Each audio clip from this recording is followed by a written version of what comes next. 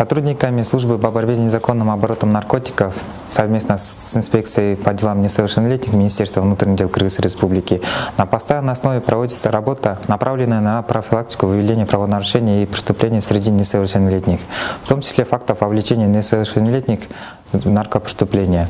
Проводятся занятия, читаются лекции, организуется просмотр фильмов, а также осуществляются разъяснительные беседы об уголовной ответственности за совершение таких рода преступлений.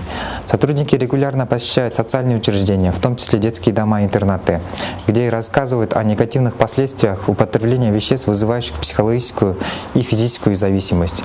Подросткам предоставляется объективная информация о наркотических веществах, их взаимодействии на человека и последствиях применения. Информация доносится с учетом возрастных и индивидуальных особенностей. Также хотелось бы обратиться к гражданам. Если вам стало известно о детях, находящихся в трудной жизненной ситуации, преступлениях и правонарушениях, совершаемых в отношении детей или их с участием, то незамедлительно сообщить милицию по номеру 102. Для сведения сообщаем, следственной службой ГУВД Чуйской области расследование направлено в судебные органы, досудебное производство в отношении совершеннолетнего гражданина АБ 2002 года рождения по признакам преступления, предусмотренной статьей 267 Уголовного кодекса Кыргызской Республики.